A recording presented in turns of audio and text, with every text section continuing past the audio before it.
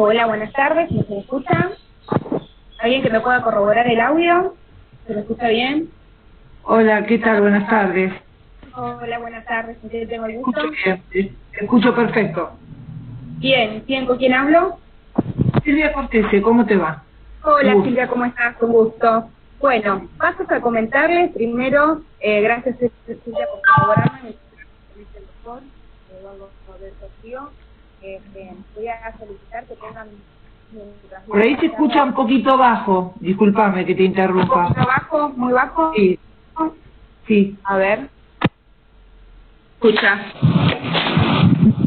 ¿Ahí se escucha mejor? Te escucho un poco mejor, sí. Ah, bien, perfecto. Por ahí eran los auriculares. Ok. Bueno, muchas gracias, Silvia.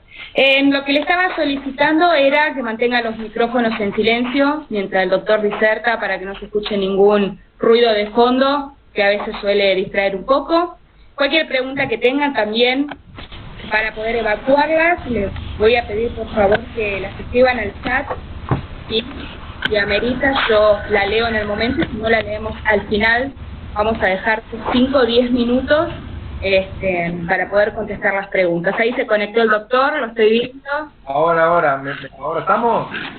Ahí estamos. ¿Cómo le va, doctor? ¿Cómo anda? Bien, ¿cómo están ustedes? Muy bien, acá estaba más o menos dando las pautas para poder tener una charla amena, pidiendo que por favor tengan los micrófonos en silencio, así no se escucha ningún ruido de fondo. Le estaba diciendo a los chicos de que cualquier duda o pregunta pueden dejarla en el chat. Vamos a dejar 10 minutos al final para contestarlas. Y bueno, todavía no lo había presentado, bienvenido. Bueno, muchas gracias. Muchas gracias a todos los que estuvieron hoy y los que hablaron. La verdad que el grupo es muy ameno.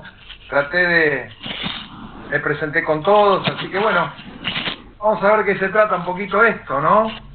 ¿Te hicimos correr, Eduardo? Me hicieron correr un poquito. Sí, llegué bien. Porque aparte hoy vacunaron a mi padre, que tiene 90 años, así que tuve que correr bastante, pero llegamos bien, no podía adelantarlo, vos me habías pedido y la verdad que hoy me fue imposible.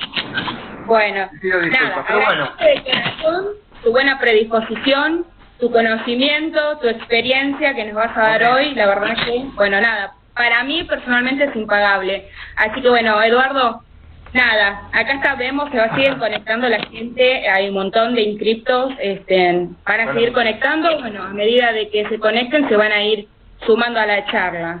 En el tiempo pasa, ya son 19:10, así que cuando quieras, te doy paso.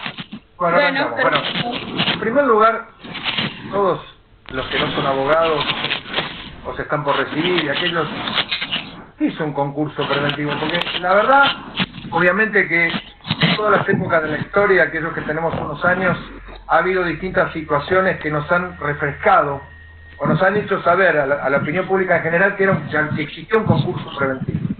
Obviamente que a nosotros nos interesa ser más específicos, pero la realidad es que el concurso preventivo es el remedio, no es un remedio, es el remedio que nos da la ley para afrontar una situación patrimonial de extrema crisis, donde en realidad nos sujeta a una serie de pautas y a una serie específicas de una normativa que inclusive procesalmente es completamente diferente a todo lo que nosotros estamos acostumbrados, a todo lo que nos vemos, sea por la ley de procedimiento laboral, sea por el Código Civil y Comercial provincial, nacional o de cualquier índole.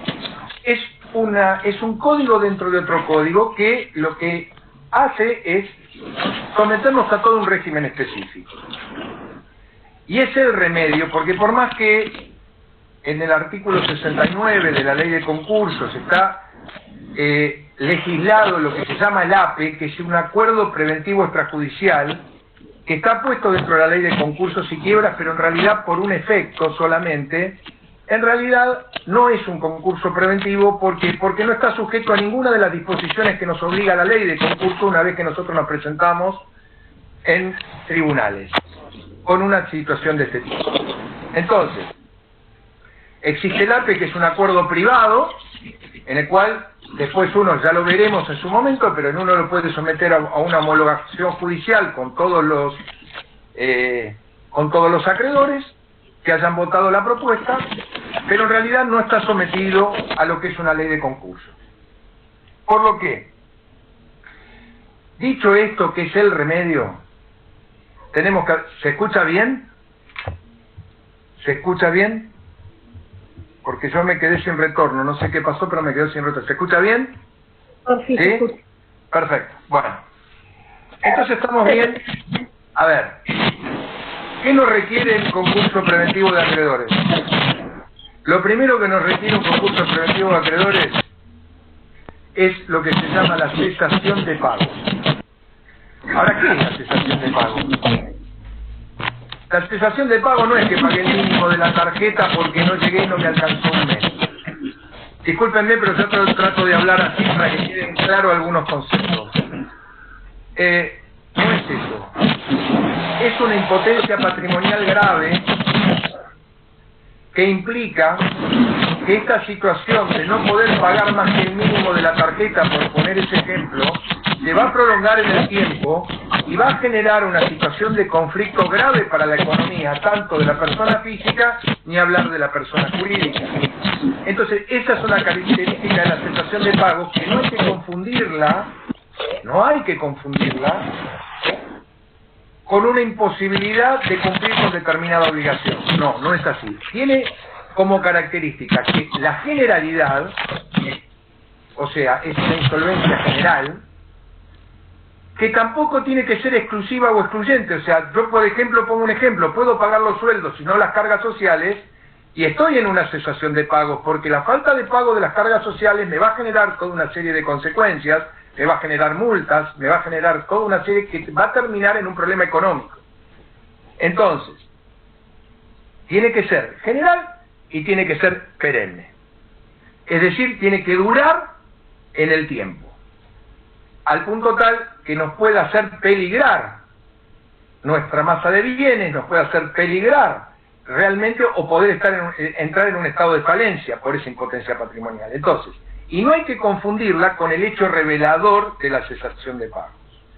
El hecho revelador de la cesación de pagos sí puede ser un cheque rechazado, sí puede ser la falta de pago de una tarjeta de crédito, sí puede ser la falta de pago del IVA en las empresas, en las empresas porque no lo pudieron pagar. Eso es el hecho revelador, es el hecho objetivo que a nosotros nos determina que estamos en cesación de pagos. Pero, no es la cesación de pagos. Porque si ese hecho es único, pero por el otro lado yo desvío fondos o por el otro lado hago una serie de cosas, puedo estar sujeto a otro tipo de sanciones que después la vamos a ver. Entonces, cesación de pagos es una cosa, es un estado de cierta dosis de permanencia y de cierta dosis de generalidad, que tampoco implica que no pague nada. O sea, yo puedo, repito, puedo pagar los sueldos, pero no pago las cargas sociales, o no pago el IVA, por ejemplo. Consecuentemente con eso, este es el requisito esencial que nos da la ley, actualmente 24.522, modificada por la 24.686, modificada por varias normas que vamos a ir viendo, como para decir, bueno, ¿cuál es la alternativa al remedio? Y nos presentamos en concurso preventivo de acreedores. Ahora, cuando decimos que es un remedio especial, autónomo, omnicomprensivo, tiene que ver con ciertas características. Yo no quiero hacer mucha doctrina ni cosa por el estilo, quiero tratar de que algunos conceptos queden claros. En primer lugar, es un proceso universal. ¿Qué significa un proceso universal? Proceso universal es que involucra todos nuestros pasivos y activos patrimoniales a la fecha de presentación en concurso. Este es uno de los puntos. ¿Y qué significa? Que va para todos los acreedores, salvo aquellos que quedan excluidos específicamente por la ley porque tienen un régimen específico, pero que de cualquier manera van a terminar controlados o sometidos por el concurso, por las disposiciones del concurso preventivo. Por el otro lado, como dijimos, es colectivo, porque no es la demanda de Guío contra García o García contra Guío, no. Va absolutamente con todas las deudas que tiene el concursado, ante los cuales se le va a presentar este remedio como alternativa de solución. Y por último, tiene otra característica especial, que es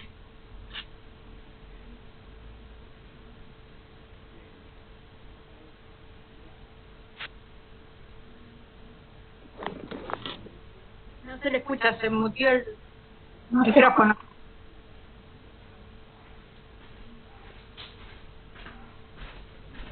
Tiene el micrófono apagado. Estás muteado, Eduardo. a ver, ¿ahí? Ahí sí, ahí ¿Ahí? sí. Te escuchamos, ahí sí. Perdón.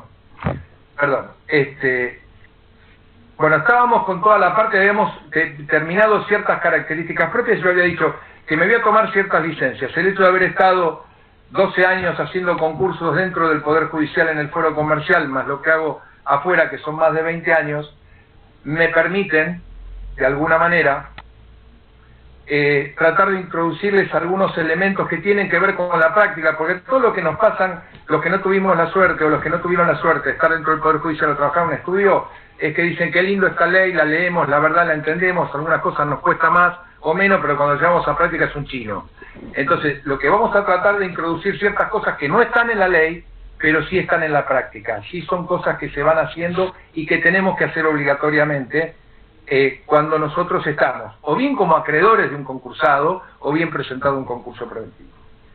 Entonces, nosotros ya dijimos cuáles son las características, dijimos cuáles son los conocimientos, las características específicas de este tipo de proceso, y yo le voy a agregar un par más. Es un proceso en el cual el juez es omnímodo. Ustedes me van a decir chocolate por la noticia, hablando de que un juez es omnímodo. No cualquier juez. El juez de primera instancia. ¿Por qué? Porque salvo algunas cuestiones específicas fundadas, todo el procedimiento concursal es inapelable. Todo. Esto quiere decir que si nosotros tuviéramos que acceder por algún perjuicio, sea como acreedores o sea como el concursado, por alguna situación que puede resultar perjudicial para alguna de las partes, tendríamos que ir por el recurso de hecho o el recurso de queja directamente ante la Cámara para que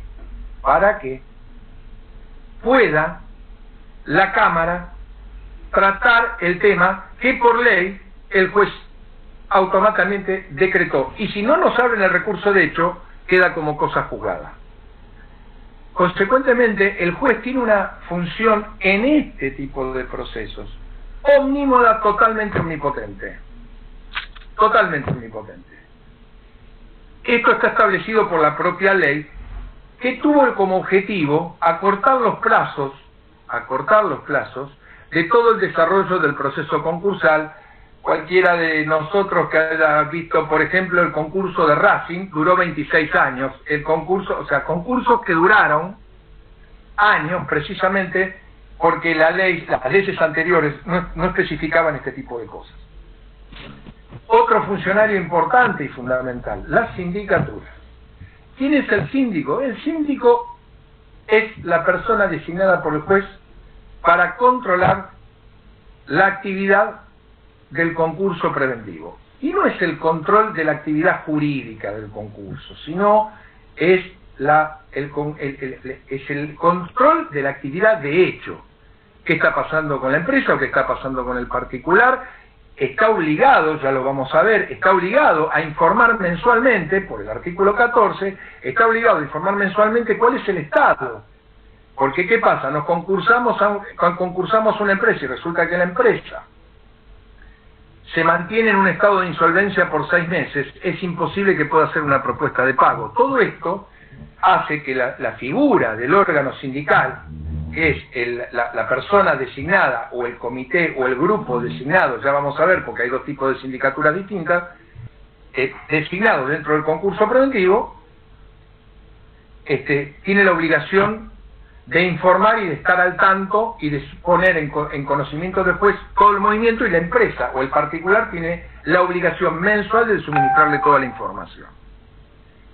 Básicamente, digamos, estos son las situaciones, digamos, y las características que, algunas de las cuales para mí son fundamentales, que no están puestas en la normativa, pero que el juez y el síndico son fundamentales. Eduardo, Ahora, cuando vos quieras hacer una pausa, tomar algo, no sé, un mate, una No, gaseosa, hago. de algo, Hago. haz un parate, ¿eh?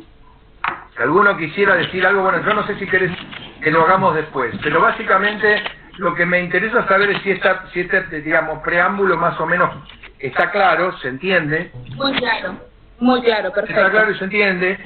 Y, bueno, hemos dicho, ahora sí vamos un poquito más a la ley. Hemos dicho que es tan particular.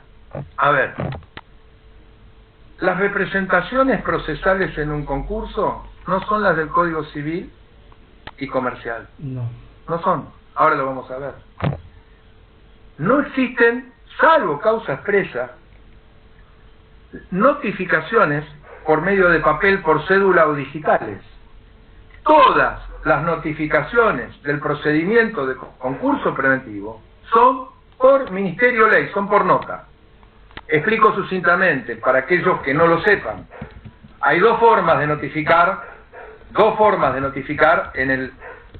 en todo tipo de juicios, porque en definitiva el concurso es un juicio, la demanda de presentación, la presentación en concurso es una demanda global, universal, pero es una demanda que tiene características totalmente diferentes. Ahora, ¿qué significa? ¿Nos va a notificar el juez? ¿Nos va a llegar algún papelito, alguna notificación, alguna cédula, alguna carta? No, señores, no nos va a llegar absolutamente nada. Es más, si no me equivoco, el artículo 26 de la Ley de Concursos establece la obligatoriedad de los abogados y las partes del concurso, así como también de la sindicatura, de concurrir hoy vía digital todos los martes y viernes, tenemos que tener presencia en todos los expedientes que tengan que ver con el concurso. Ojo, hablamos del concurso preventivo, no hablamos de los incidentes, ni hablamos de un montón de otras cosas que vienen aparte, que esos son juicios contradictorios que se ventilan adentro del concurso. Estamos hablando del procedimiento concursal. Por el otro lado, para aquellos que sean estudiantes, vamos a tratar de establecer un organigrama. Termina un plazo, empieza otro, termina un plazo, empieza otro, termina un plazo, empieza otro. Esto es sucesivo en toda la ley de concursos, donde se han discutido muchas cosas y donde, más allá de que hay algunas cosas que se ponen de acuerdo, esto se lo digo en total confianza, cada juzgado con su librito, cada juzgado con su librito, cada juzgado con su librito. Entonces, por ejemplo, es un ejemplo y ahora lo vamos a analizar. Cuando uno hace la presentación en concurso, se nos da a los que presentamos la convocatoria un plazo extraordinario fundado, que ya lo vamos a ver en detalle, donde el juez puede otorgar 10 días para terminar de cumplir los requisitos. Ojo que no cumplir los requisitos es el desistimiento del concurso y no poder volver a iniciarlo. Entonces, ¿cómo se computan esos 10 días? Yo presenté el concurso preventivo y el juzgado tardó 5 días en proveerme que me faltan 3 requisitos, que yo creía que estaban todos presentados, o pedirme algún otro, que no están en la ley, sin embargo a veces lo piden. ¿Qué plazo es? ¿Los 10 días a partir de que yo tomé conocimiento, los 10 días, o los 10 días corren a partir del 5.º día en el cual yo tomé conocimiento de que el tribunal me dijo que me faltaban los requisitos? Bueno, aunque le parezca mentira, están los dos casos.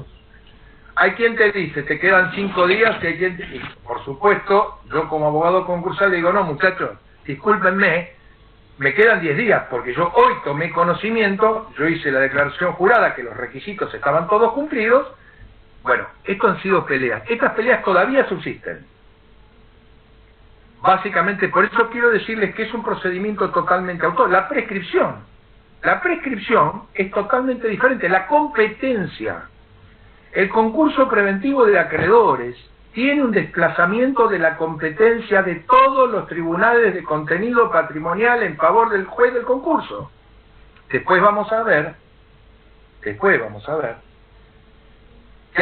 con la última modificación de las 24.760 y la 26.686, hay juzgados, después les voy a contar una anécdota que nos pasó a nosotros, pero que, es decir, que nos permitieron continuar con el trámite de los procesos en los juzgados de origen. Ahora, continuar en los procesos de juzgado de origen no exime al acreedor de la obligación que una vez terminado el proceso venga al concurso y tenga que verificar. Es decir, nos pasó en el año, cuando se sancionó la ley 24.522, en el año 1995, en el año 1996 en el juzgado 10 a nosotros nos tocó primero el concurso y después la quiebra de una empresa de transportes, de una aseguradora que era Transportadores Unidos. ¿Qué pasó? Había un fuero de atracción, que ahora vamos a ver qué es, donde con la ley anterior todos los expedientes vinieron al juzgado, o sea, vinieron 3.000 accidentes de tránsito al fuero comercial, vinieron 1.100 demandas laborales al fuero comercial, vinieron juicios prendarios al fuero comercial, vinieron juicios. ¿Qué pasó? El fuero comercial con 25 juzgados de Capital Federal colapsó totalmente. Que además tuvimos que salir a aprender lo que era un accidente de tránsito, lo que era un juicio de mala praxis, porque el juez con mucho criterio, el doctor Tailada en ese momento, cuando venían los expedientes lo transformaba en un incidente y nosotros continuábamos con la tramitación sin hacer un expediente nuevo. Estas son anécdotas, pero estas cosas pasaron. Con esta ley se modificó, y lo vamos a ver.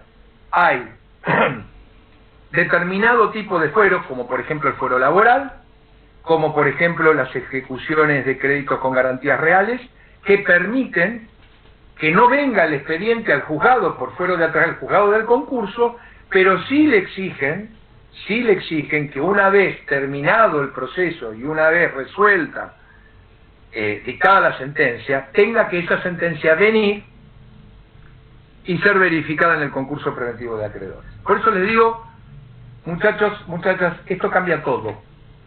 Acá no hay nada que tenga que ver con lo que estamos habituados a leer o a escuchar. Esto cambia absolutamente todo. Bueno, dicho esto, dígame, si aburro mucho, dígame. No, vamos muy bien, muy bien. Se nota. Vamos a ver. Para mí es uno de mis comercialistas preferidos. No, lo voy a alabar y lo voy a decir ahora. No, bueno, gracias. No es para tanto. Bueno, a ver. Arranquemos con quién se puede concursar. Estamos con los primeros artículos de la ley. Básicamente todos. Salvo,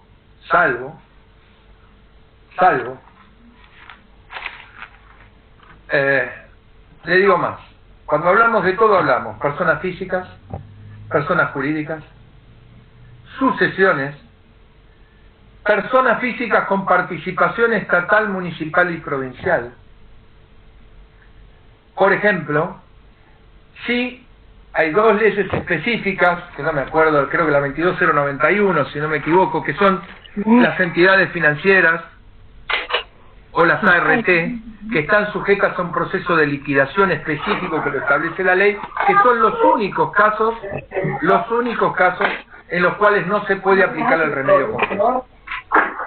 Después, toda persona física, toda persona jurídica, inclusive la sucesión sobre el acervo patrimonial del causante, se pueden suceder. Pueden ser sujetos en materia de concurso preventivo. Alguien está matando a alguien con un destornillador. ¿Podrán mutearse? Les agradezco. Gracias, chicos. No, el problema es que no muera nadie con el destornillador. Claro, sería de estar presenciando, a mí me pondría un poco nervioso, pero bueno. A ver. Bueno, ya dijimos, todos se pueden concursar, básicamente sacando algunas excepciones específicas, está en la ley, generalmente la ley de entidades financieras, y la CRT. Otra, no se puede concursar la iglesia. Esto es importante porque ha habido un par de casos, la iglesia no se puede, lo único que le faltaría, ¿no es cierto? Digamos que se presente en concurso preventivo de acreedores. Pero bueno, todos pueden ser sujetos del concurso preventivo. Ahora bien, ya empezamos con la primera distinción, la vamos a hacer un poquito más detallada. ¿Cuál es el juez competente? Cambió todo, muchachos, cambió todo. Todo. Pero este no es el que es donde ingresa donde ingresa el expediente, No. la cámara 1, ¿no es ese? No. Ah, perdón, No. mirá cómo cambia. No. Perdón, era una pregunta nada más. No, no. A ver. Si soy una persona física no matriculada, monotributista, dos opciones me da la ley. Mi domicilio real o el del asiento de la administración. ¿Sí? Esperen que les voy a decir, creo que eso está en el artículo 2 o 3, si no me equivoco. Discúlpenme, soy muy malo porque aparte me cambiaron, con 6 reformas me cambiaron los números 5 veces. Entonces, en eso estoy un poquito desactualizado, si quieren. Por lo que leí, está en el 3. Pero bueno, ahí está. Artículo 3, doctor. Artículo 3. Sí, sí.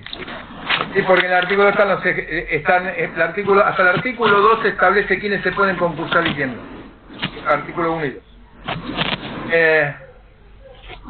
Las personas de existencia admisible, dijimos, te da dos opciones: lugar de administración del negocio o domicilio real. Las demandas individuales tienen otra competencia, están asignadas por el lugar del acreedor, por el lugar del deudor, por el lugar donde se cometió el hecho, por donde... Bueno, acá es muy claro. Domicilio real de las personas de existencia visible o domicilio de la sede de su administración. Yo tengo un negocio, yo vivo en Capital, por decir algo, y tengo el negocio en Pilar. Podría eventualmente presentar mi convocatoria por ante los juzgados civiles y comerciales de San Isidro, porque la competencia es San Isidro, o por mi domicilio real en Capital Federal. ¿Qué pasa cuando tenemos una empresa que tiene varios establecimientos? Vamos a suponer, se va a enojar el amigo Coto, que tengamos que concursar Coto. Vamos a suponer que lo tengamos que concursar. Muy bien, tenemos en todo el país Coto. Bueno, ahí la ley prevé el asiento del principal de los negocios. Consecuentemente, Coto, de la cual mi estudio tiene algo que ver, por eso lo nombro, tiene su domicilio en Capital Federal, su sede de los negocios en Capital Federal. Consecuentemente, la jurisdicción que le corresponde a una presentación concursal es dentro de Capital Federal. Ahora, ¿qué pasa con las personas de existencia ideal que están constituidas regularmente? ¿Qué es estar constituidas regularmente? Ser sociedad anónima, sociedad de responsabilidad limitada, sociedad colectiva, debidamente inscritas en la Inspección General de Justicia. El domicilio que vale para la jurisdicción es ese, el que está registrado en la Inspección General de Justicia. Esto nos va a determinar la competencia del juez, este es lo que estamos hablando, la competencia del juez que va a operar en un concurso preventivo. Ahora supongamos que Coto tiene un juicio de daños y perjuicios en Mendoza, lo viene a litigar acá, no, por eso digo que está todo alterado y se ha desplazado todo con esta ley. Es decir, un juicio del Coto de Mendoza se realiza en Mendoza, no se realiza acá. Bueno, el concurso de Mendoza, el concurso de Coto se tendría que hacer dentro de la Capital Federal. ¿Qué pasa? La ley de concurso es tan amplia que permite el concurso preventivo de sociedades extranjeras que tengan bienes acá. También lo permite. Entonces, en ese caso, ¿quién es competente? Donde está la sede de la administración de esa sociedad constituida en el extranjero que tiene bienes, no sé, por decir algo, Samsung, por decir, suponiendo, estamos hablando de ficciones, ¿no? Pero lo cierto es que es donde la sede de la administración es la que va a determinar cuál es el juez competente a los efectos del procedimiento de concurso preventivo. Básicamente, estas son las nociones generales de competencia. Entonces no es cualquier juez. Ni siquiera es el juez de un hecho particular o de una acción particular. No. Esta es una competencia específica que la determina la ley y que dice, muchachos, lo que le pasa en Mendoza a mí no me interesa. Si sucede, está en Capital Federal, será en Capital Federal es competente el juez de concurso, el juez comercial del Foro de Capital Federal. Hasta acá establecimos ya, por eso les digo, ya, ¿quiénes se pueden concursar y cuál es el juez que interviene? Bien. Esto no está en la ley. ¿Dónde se inicia un concurso preventivo? Ya sabemos ante qué juez. Pero ¿dónde se inicia? No lo van a encontrar, ¿eh? Se inicia en la Cámara del fuero que corresponde al juez con competencia en dicho concurso.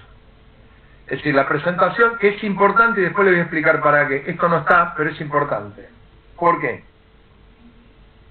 ¿Cuál es el procedimiento? Hoy digital, pero hasta no hace mucho tiempo llevábamos el concurso a sorteo. En la Cámara sorteaba y establecía un juzgado al cual lo remitía con posterioridad. Entre la presentación y el concurso hay unos días. Después se van a ir dando cuenta cuál es la importancia, sobre todo de los concursados, los días, cómo juegan en situaciones extremas, que lo vamos a poner como ejemplo, que no está en la ley, y no está, pero que son situaciones que yo he vivido personalmente. Entonces, se presenta ante la Cámara efectúa el sorteo y se radica en el juzgado. A partir de que se radica en el juzgado, ya tenemos ese temita de los famosos 10 días, porque cuando se presenta, no se presenta todo el concurso, se presenta solamente el escrito, la demanda, donde uno cumple con los requisitos y en alguna parte en las que pueden ser escritos y en los otros dice, espera que te los acompañe al juzgado, porque ahora te lo tengo que subir todo electrónicamente, si yo no tengo juzgado no te lo puedo subir. Entonces, ahí empieza el tema de los 10 días, por ejemplo. ¿Por qué? Porque a partir de que el juzgado dice, por recibido, hágase saber el juez que va a conocer, y da ingreso a la presentación del concurso, que no está abierto, después lo vamos... Todo esto es previo, esto no es apertura del concurso. Esto no es apertura. A partir de ahí hay juzgados que dicen, el primer día es ese. Y pero si yo no tenía juzgado, porque el planteo que uno hace como abogado, si yo no tenía juzgado, ¿dónde voy a subir las cosas o dónde las voy a llevar? Les cuento esto porque estas son cosas que pasan. Estas son cosas que han pasado, de hecho, que han pasado de un lado y del otro, y estando adentro he discutido por ahí con el juez que tenía en ese momento, y hemos discutido este tipo de cosas. Entonces se presenta ante la Cámara, ya sabemos, puede ser la Cámara de Civil y Comercial de San Isidro, donde le corresponda, pero se presenta no en ningún juzgado porque va a un sorteo previo. Bien. Entonces, determinado a dónde va, cómo se inicia, cuáles son los conceptos, cuál es el juez competente y dónde se inicia, vamos a los requisitos. Los requisitos están previstos básicamente en el artículo 11. A ver. El artículo 11, donde una de las características que vamos a ver es que el artículo 11, bueno, digamos, si quieren podemos, en el concurso van a ver, pueden presentarse también, hago una acotación, incapaces inhabilitados, sí, por medio de sus representantes legales. Pero ojo, volvemos a lo mismo, y lo voy a analizar ahora con los requisitos. La representación no es la misma que tenían para una actitud en particular, Si se van a presentar solamente los representantes y no cumplen con lo otro, se desiste el concurso preventivo automáticamente. O sea, ni la representación es igual a la que estamos acostumbrados a ver. Sea un poder general judicial, o sea el presidente de una empresa, o sea el tutor o responsable de un incapaz o inhabilitado. Eso solo para concurso preventivo no alcanza y vamos a ver cada uno de los supuestos. Ahora, cuando vamos al artículo 11... Eduardo, ¿te puedo interrumpir, Doc? Sí. Mira, estamos a un minuto de que se corte este Zoom. Yo ya armé uno igual, uno nuevo para iniciar, que si usted quiere seguir 20 minutitos más, vamos a otra sala y se extiende, ¿te parece? Vimos 5 artículos, sí, si ellos quieren, yo sigo, no tengo problema. Buenísimo, entonces corto y vamos al segundo. ¿Me lo mandás?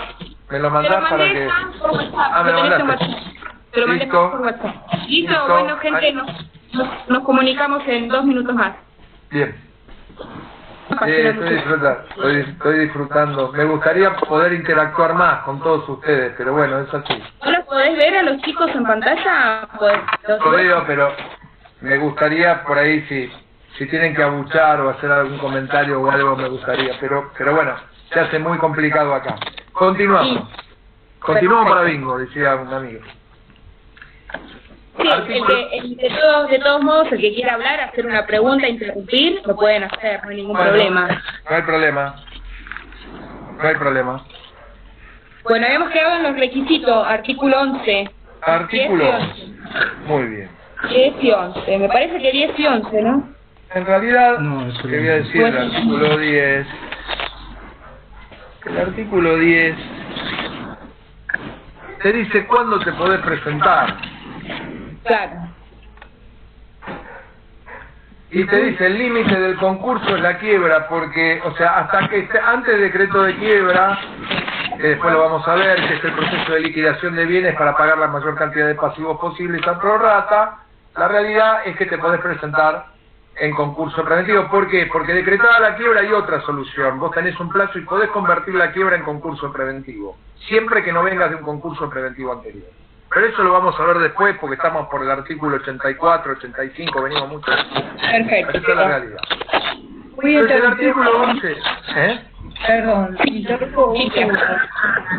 Vos sabés que tengo una dificultad porque yo hice imprimir hoy un PDF y llega hasta el artículo 8 y después, entre paréntesis, dice modificaciones. O sea, no tengo ni el 9, ni el 10, ni el 11. Solamente porque... aparece el domicilio procesal, por ejemplo. Claro, bueno, Artículo 12. pero está bien. A ver, igual te lo voy a ir llevando. Lo vamos a ir llevando. ¿Por qué? Gracias. Porque hubo artículos de la ley, que ya dije, a ver, la ley fue modificada. Cada vez que hay una crisis, cada vez que hay alguna cosita, cada vez siempre dicen, bueno, vamos a meterle la manito a la ley de concursos para ver qué podemos hacer al respecto.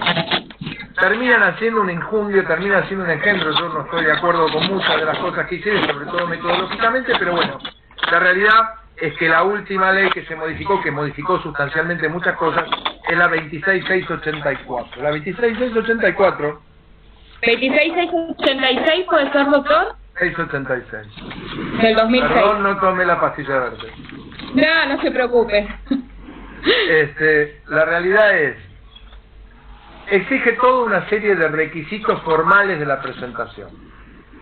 Cuando uno ve los requisitos y lo lee, ve que al principio del artículo dice personas de existencia visible, legalmente matriculadas o sociedades regularmente inscritas.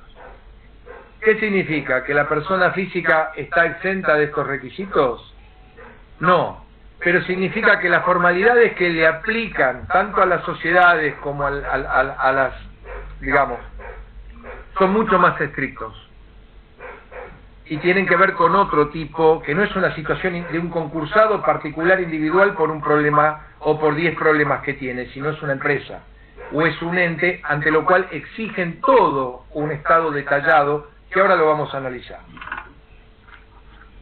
Cuando llegamos a esta situación y tenemos que presentar un concurso preventivo de acreedores, lo primero que tenemos que hacer de una empresa es llamar al contador, urgente. Si es que ya no venimos hablando de antes. ¿Por qué? Porque ustedes se van a dar cuenta que 10 de los 13 requisitos son estrictamente contables. Estrictamente contables. Entonces, ¿qué nos dice? ¿Cómo presentamos un concurso? Presentamos un concurso y lo primero que ponemos en el encabezamiento es que cumplimos con el inciso primero que dice estatuto constitutivo y sus modificaciones. Esto es, ¿qué tenemos que hacer? Tenemos que ir al instrumento originario de la empresa, de la sociedad. Tenemos que ir al instrumento originario y acompañar a su vez todas las modificaciones. La ley de sociedades establece que tenemos que hacer asambleas, actas, que las modificaciones de estatutos y de actos constitutivos deben estar inscritos en la IGJ. En definitiva, podemos haber empezado con un directorio y haber cambiado 4 veces el directorio, y hoy el presidente de una empresa o el socio gerente de una empresa no es el mismo de hace 5 años. Consecuentemente, la ley en el artículo primero pide todos los antecedentes formales de la empresa, todos los antecedentes formales. No pasan la persona física porque es algo que vos denuncias a tu mamá y tu papá y se terminó. O sea, la verdad, si estás casado, es decir, los hijos no tienen la culpa de lo que hiciste vos, consecuentemente se termina ahí. Pero desde el punto de vista de una empresa, es fundamental todos los antecedentes. Después, ¿qué nos exige? Una somera explicación escrita de las causas que se llaman desequilibrio económico. El desequilibrio económico, doctrinariamente, sería el antecedente de la cesación de pagos.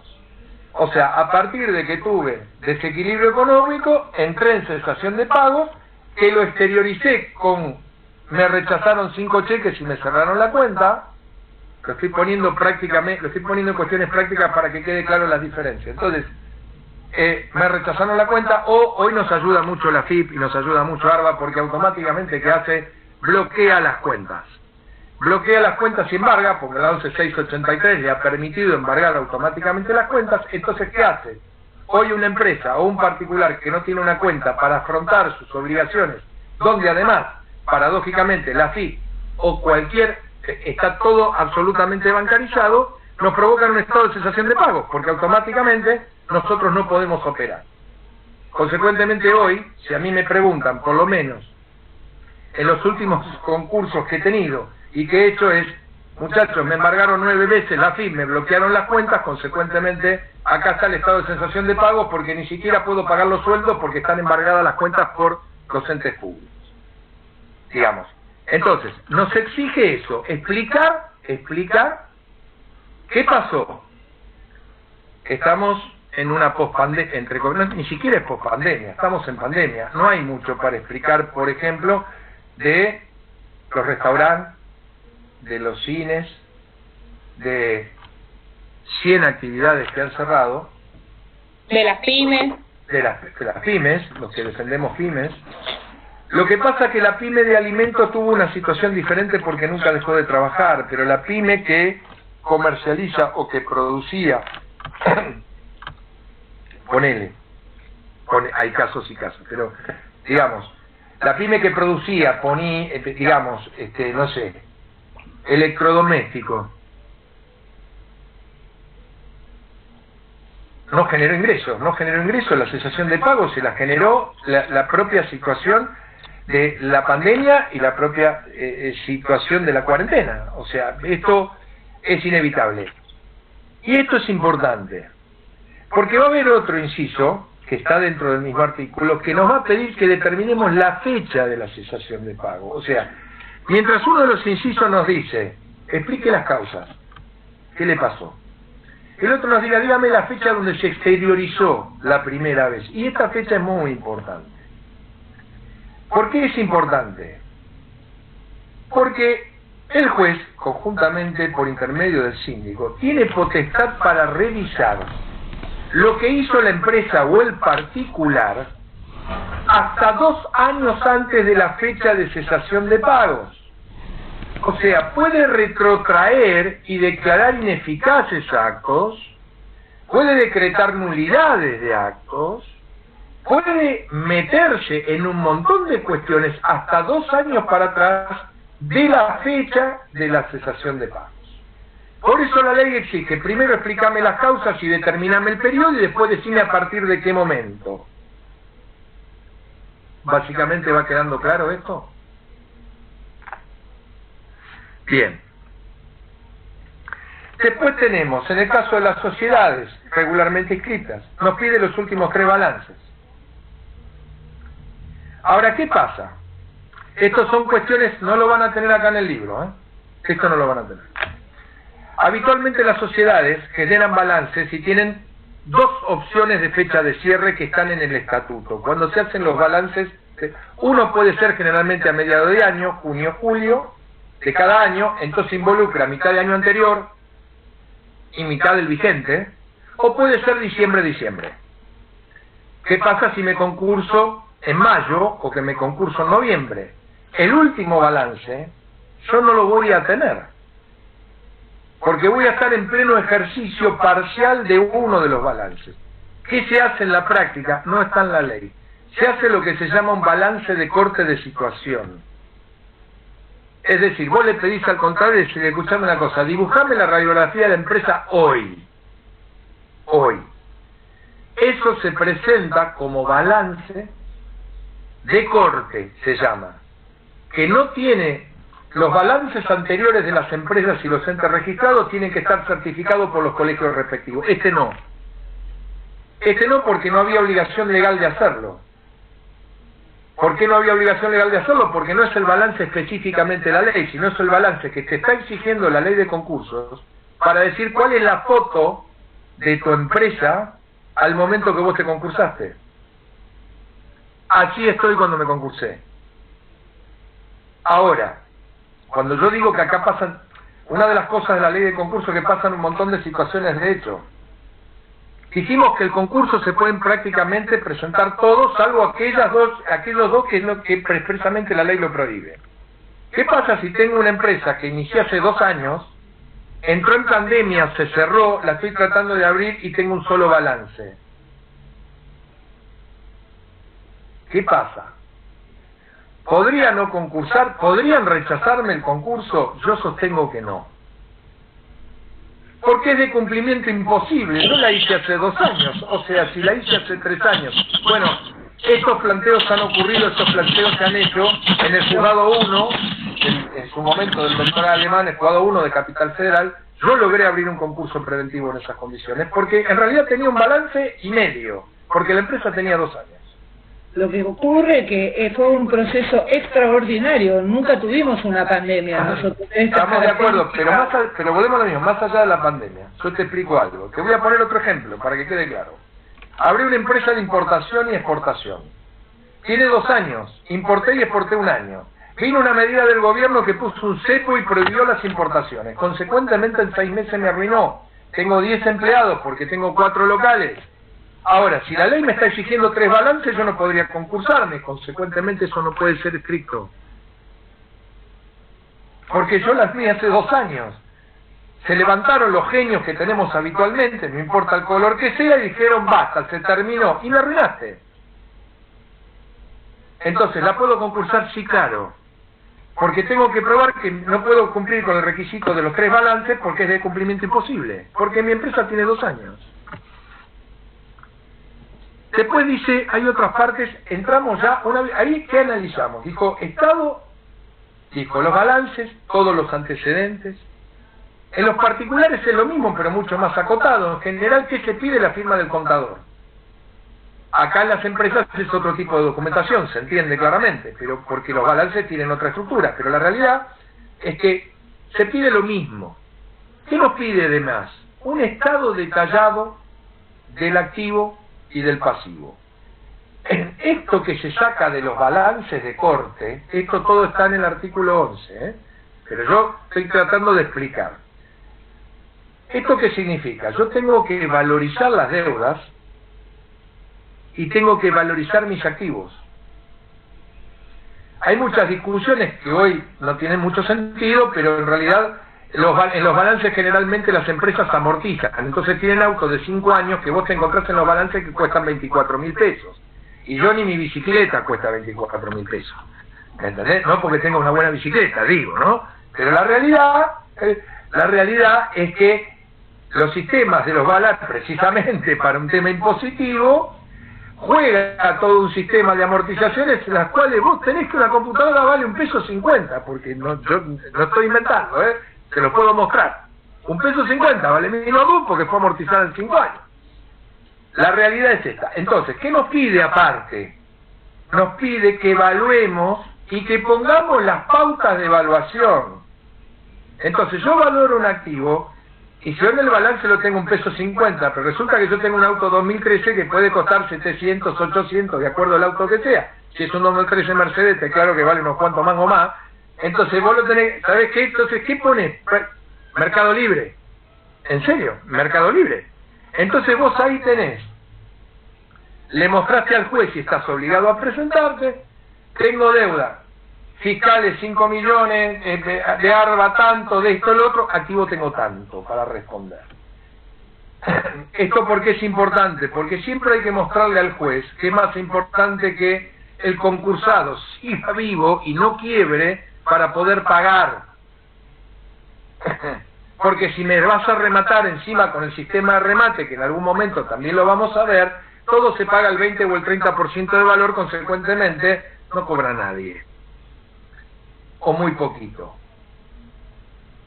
Muy bien, entramos con todo, entonces hicimos antecedentes, toda la parte económica, evaluamos activo y pasivo.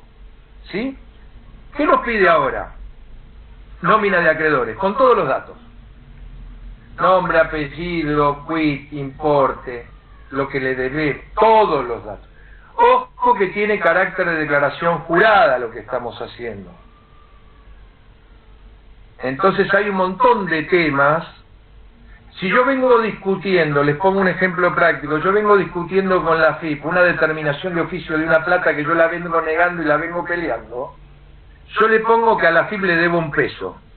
Pero no, ¿por qué? Porque yo vengo negando la deuda. Ahora, si yo firmé convenio de refinanciación de deuda, de pasivos, donde me cansé de decirle a la AFIP, es lo que te debo y te sigo debiendo, esas cosas no las puedo hacer y le puede costar la matrícula al contador.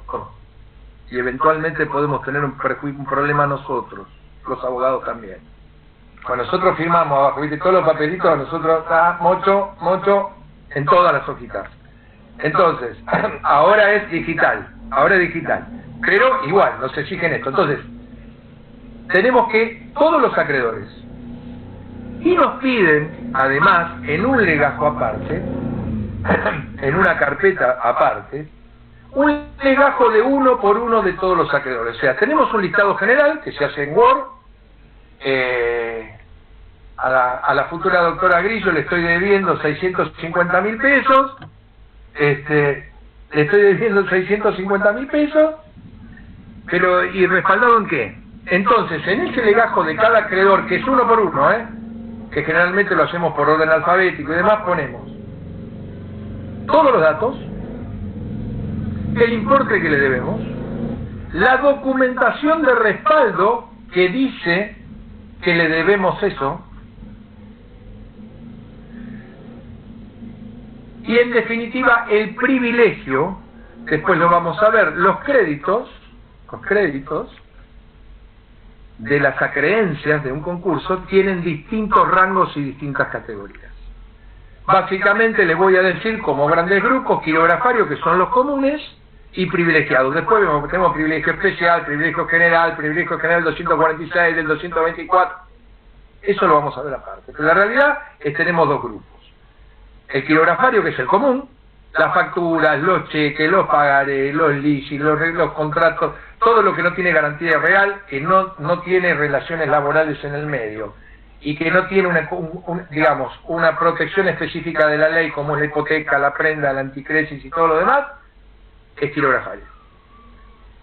Pero de cualquier manera eso también nos desasna bastante, porque la ley nos dice, che, privilegiado es este y es este hasta acá, y el quirografario es todo lo demás. Entonces, por ejemplo, multas de AFIP, intereses de AFIP, todo lo que es intereses, sacando los laborales, que después lo vamos a analizar, son créditos quirografarios. Entonces entran en la masa común. Esto básicamente voy mechando algunas cosas para tratar de que les vaya quedando claro. Entonces, ¿qué tenemos? Tenemos que bajar los legajos de acreedores. Y el último punto, otro de los puntos que nos pide, es el listado de juicios. ¿Por qué? Por lo dispuesto por el artículo 21 de la Ley de Concursos, que es el denominado fuero de atracción, es decir, todos aquellos expedientes que tienen que venir obligatoriamente al juzgado del concurso, y si no vienen obligatoriamente por las disposiciones específicas, el juez tiene que tener conocimiento que existen. Todo eso, que es un choquito importante, les voy a contar, es lo que se hace como presentación de concurso preventivo de acreedores. Ahora bien, en el particular me presenté yo, Eduardo Guío presenta concurso preventivo, la empresa se presenta, sociedad anónima, concurso preventivo, la presenta el apoderado o el presidente, pero dijimos que también, y esto es muy importante, cambiaba todo el proceso de representación. Y esto no es poca cosa. Porque el no adaptar la representación a lo que exige la ley de quiebra es el desistimiento del concurso y la imposibilidad de iniciarlo por un año. O sea, te dejaron en manos de los acreedores. Entonces, mientras nosotros vamos a un juicio y se presenta acá la colega con su poder, acá no alcanza. No alcanza. Entonces vamos a ver puntualmente cuáles son y cómo son los requisitos por los cuales se tiene por acreditada la representación para un concurso preventivo. Entonces decimos que en todas las sociedades, y en todas las personas físicas constituidas registralmente, lo puede presentar el presidente de la empresa, obviamente porque es el representante legal, pero dentro del plazo de 30 días, desde la presentación, tiene que traer la ratificación de la asamblea, que generalmente es extraordinaria, que tiene que votar la ratificación de la presentación en concurso por parte del presidente por las mayorías propias del estatuto. Es decir, lo bueno que tiene es que no me exige una mayoría como los 2/3, por ejemplo, de los socios, porque cuando vos tenés una sociedad de 2 o 3 socios no hay tanto problema, pero vos cuando tenés 100 socios, agarrate, porque eso tenés 30 días bajo apercibimiento de quedar desistido del concurso. Por ejemplo, menores, incapaces, inhabilitados. Vos decís, el tutor, el representante legal, ¿alcanza? No alcanza. Tanto inhabilitados como incapaces, el juez que dispuso la inhabilitación o la incapacidad tiene que ratificar la presentación en concurso hecha por el tutor, el apoderado o el encargado, o el curador. Si no ratifica el juez que lo obtuvo, que la otorgó, queda desistido el concurso preventivo. Entonces se van dando cuenta cómo va cambiando la cosa, porque digamos, el tutor, el curador, se presenta para demandar los derechos del menor o del incapaz y no necesita otra cosa en el trámite individual. Con eso ya está. Más, manifiesta bajo juramento que se encuentra vigente y encima nos creen, y podemos. Pero la realidad es que acá no. Acá todo tiene que estar ratificado, sacando el personal, el de la persona física que se presenta en concurso preventivo. Vamos a otro tema específico, la sucesión. Tenemos una sucesión con un causante endeudado, vamos a concursar la sucesión. ¿La puede ser un heredero? Claro. Sí, claro. ¿Qué me exige? La ratificación del resto de los herederos, por lo menos de la mayoría, y ahí se genera todo otro montón de despelotes. Por ejemplo, imagínate la sucesión de Maradona, si la tuvieras que concursar donde tiene hijos que todavía ni siquiera tiene legitimado, están reclamando la legitimación. Consecuentemente, la ley que nos dijo, la ley de concurso, bueno, muchachos, si hay 2 que están reconocidos y firman esos 2, se los doy, porque precisamente se tiende a la preservación, porque el objetivo de la ley es preservar la fuente de ingreso, preservar la fuente de trabajo, preservar la empresa y satisfacer medianamente a todos los acreedores.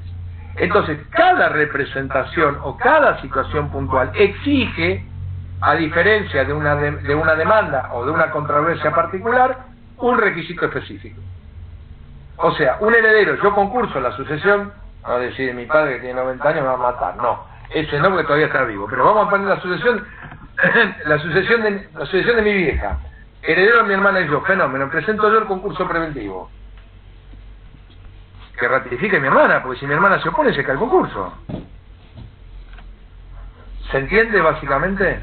Más o menos vamos, no sé cómo vamos de tiempo, vos parame también. O sea, bien, son las 8:10. Si quieren, estiramos a 6:30. Cortamos ahí. ¿Se fijan ustedes? Si están de acuerdo, seguimos. Pero vos no seas omnipotente, no seas juez de la causa. Dejalo.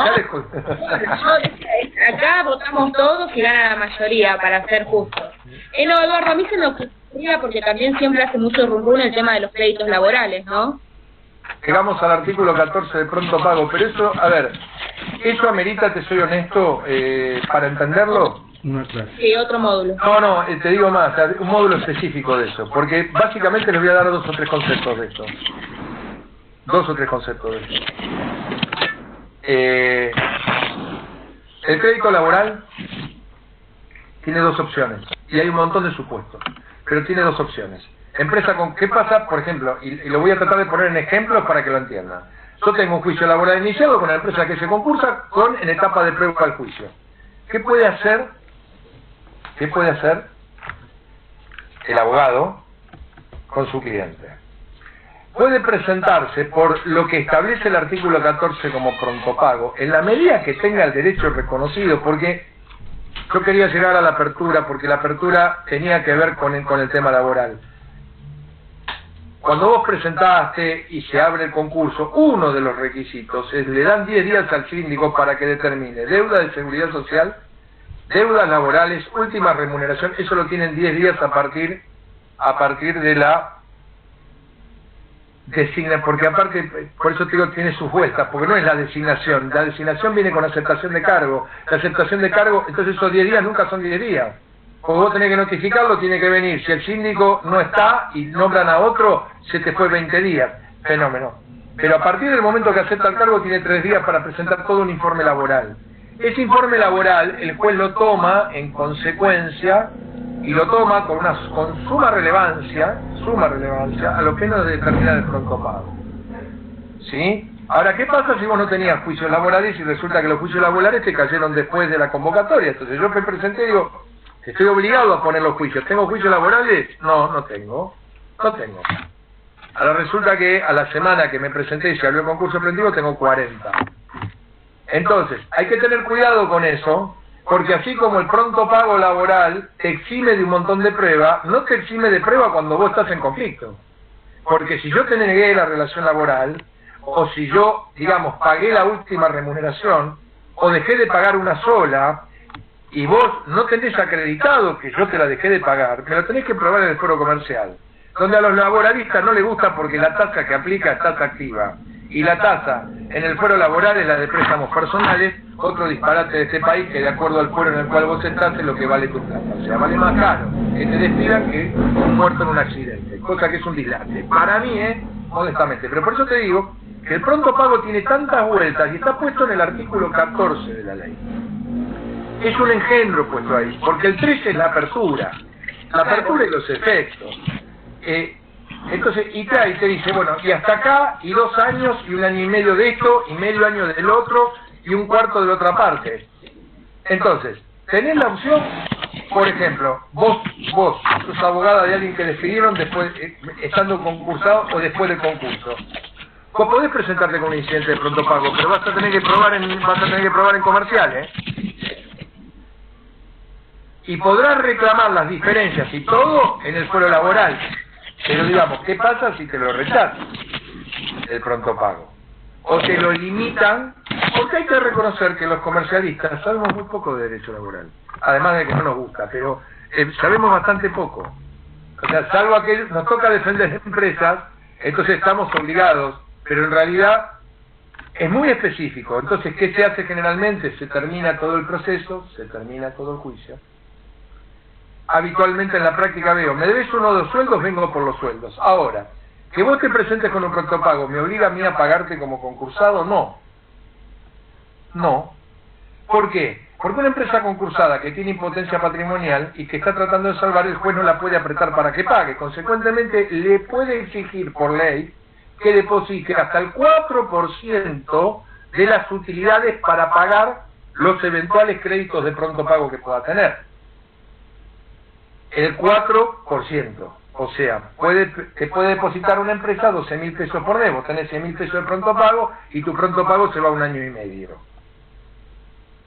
Por eso digo que es un tema muy específico que si quieren vos me decís, mira Eduardo, prepárame pronto pago, salvo que si no quieren, o sea, cortemos y vayamos a pronto pago, y yo prefiero explicárselo exclusivamente en un módulo de pronto pago.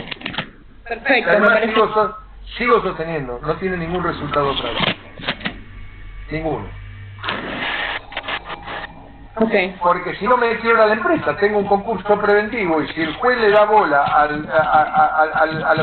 al pronto pago tal cual me lo pide, entonces te dice, bueno, fenómeno, yo te saco la sentencia, todo esto es lo que te debe, pero la empresa te va a pagar hasta el 4% de sus utilidades netas, hasta que termine con el importe de la suma adeudada y que decreté en sentencia que la empresa te la debía como pronto pago.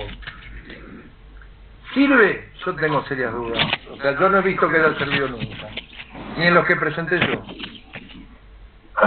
Pero digamos, por eso digo que para mí a ver, hay temas que son muy específicos. Como esto es concurso, Está bien. yo preferí seguir con esto. Pero bueno, Muy bien. mandan Seguimos. ustedes. Si ustedes quieren que lo hagamos un tema, lo hacemos otro día. No hay ningún problema. Sí, lo hacemos otro día, si seguimos la misma línea por la que venías encaminado. Bien, perfecto. Entonces presentamos el concurso, tenemos los requisitos, me dieron los 10 días, cumplimenté. Resolución de apertura del concurso. La resolución de apertura del concurso, yo te voy a mandar por mail alguna para que, no sé si algunos no la vieron, es para que vean. Es una sentencia, establece de la primera hasta la última fecha, establece de la primera fecha hasta donde termina el concurso. Porque como todo el articulado te dice, entre 15 días y 20 días de acá, y a los 5 días de producido el informe tal que empieza a correr el plazo, funciona y tiene que estar previsto en la resolución de apertura. ¿Por qué? Porque es la que vos tenés que publicar edictos para notificar el concurso preventivo.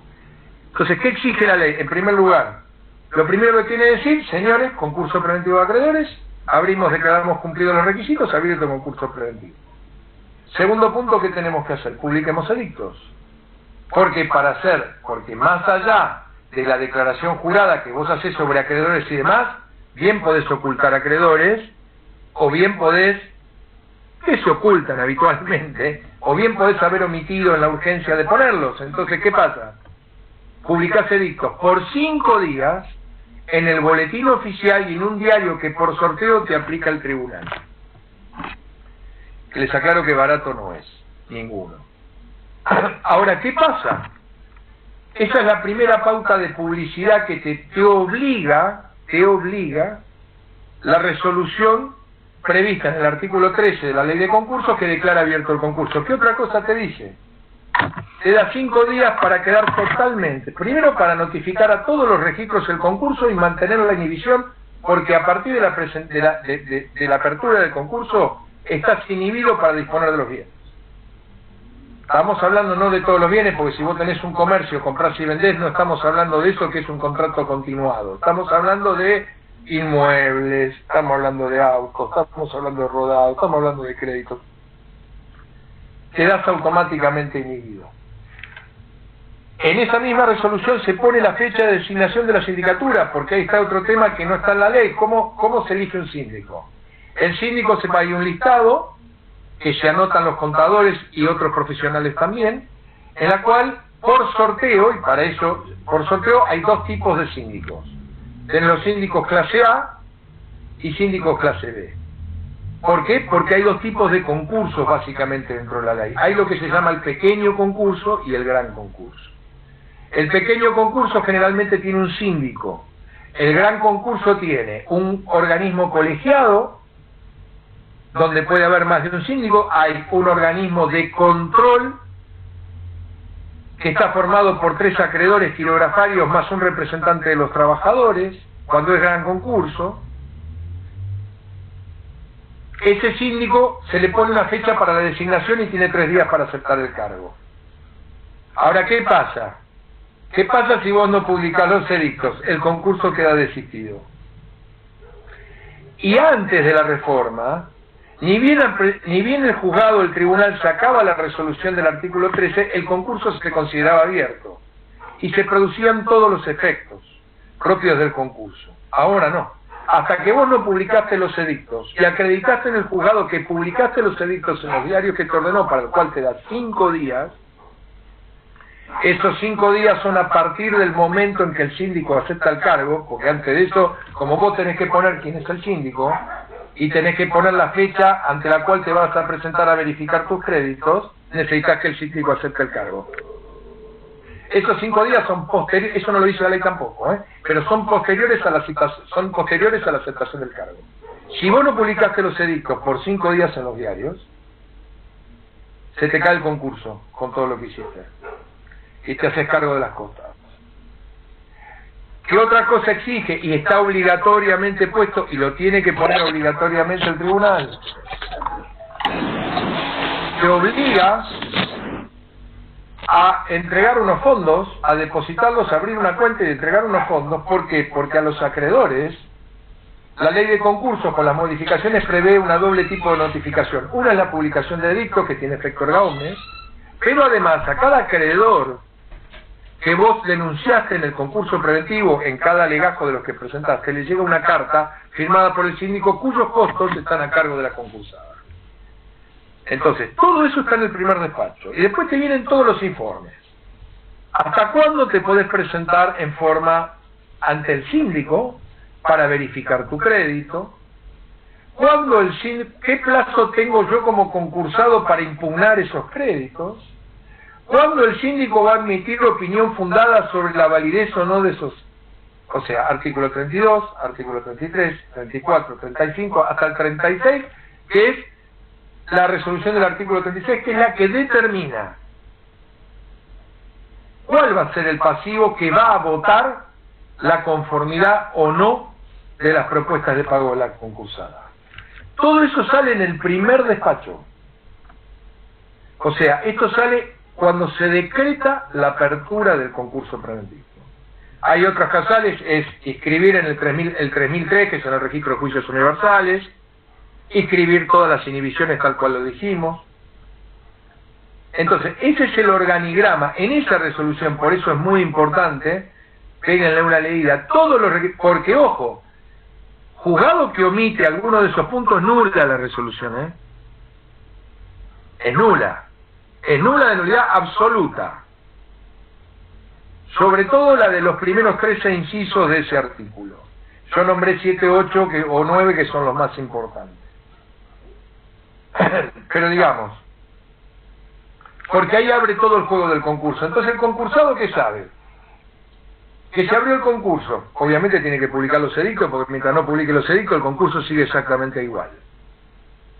Y que tiene 1 año y 2 meses, porque todo el proceso de la ley de concursos llega al año y 1 mes, año y 2 meses como mucho, utilizando todo el organigrama que te prevé la ley de concursos desde cada uno de los informes y cada una de las presentaciones. Entonces el concursado dice, bueno, lo abro, publico edicto y yo tengo 1 año y 2 meses de relativa tranquilidad como para ver cómo recompongo toda la situación. ¿Se entendió más o menos? Se entendió perfecto. ¿Cómo estamos? Todos los participantes tienen que decir. A ver, ¿quieren aportar algo el doctor? ¿Tienen alguna duda, alguna pregunta? Que dejamos que descanse un poco su voz. A ver, ahí Silvia, que es la que venía participando. No, yo lo único que quería aclarar que el audio que estuvo haciendo exposición el doctor, lo tengo grabado, así que lo voy a pasar por el grupo, para que si alguno no pudo participar de esto, pueda guardarlo y escucharlo. Tal vez salió con algún ruido, los primeros minutos del audio de la primera parte tuvo una desconexión con la compu y bueno, pero el resto de la participación del doctor fue muy clara. Bueno, llegamos hasta el artículo 13, llegamos hasta la apertura. Igual quería pedirle al doctor si tiene la amabilidad de volver en algún momento, porque veo que, digamos, tiene varias cosas para todavía seguir viendo.